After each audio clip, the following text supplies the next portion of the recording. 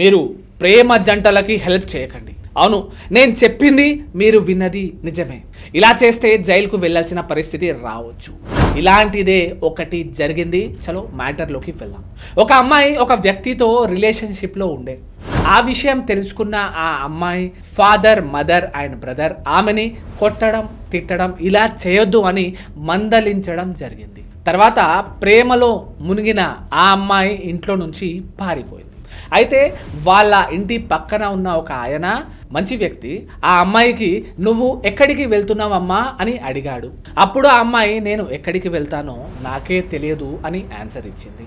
ఎవరైనా ఆమెకు ఏదైనా చేయవచ్చు, ముందే సొసైటీ బాగాలేదు, ప్రాస్టిట్యూషన్లోకి దింపితే ఆమె లైఫ్ స్పాయిల్ అవుతుందని ఒక మంచి ఉద్దేశంతో నువ్వు కొంతకాలం ఇక్కడ ఉండు అని ఒక బ్రదర్లా ఒక ఫాదర్లా హెల్ప్ చేశాడు.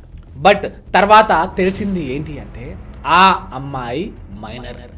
పోలీసులు ఇతన్ని under section 78 and 79 of BNS and POCSO యాక్ట్తో అరెస్ట్ చేశారు.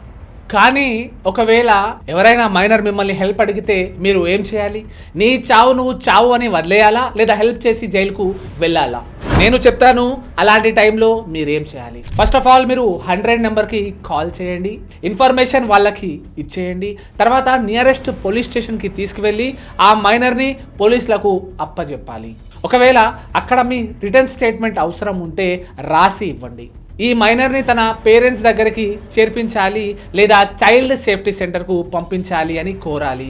ఇలా చేస్తే మీరు ఆ మైనర్ను ఇండ్యూస్ ఆర్ ఇమిటైజ్ చేశారు లేదా కిడ్నాప్ చేశారు అని మీ మీద ఎలాంటి అలిగేషన్స్ అనేవి పడకుండా ఉంటాయి. లా తెలుసుకోండి, మీకు మీరే లాయర్ అవ్వండి. ఇలాంటి ఇంకా లీగల్ విషయాల కోసం ఫాలో చేయండి. Thank you.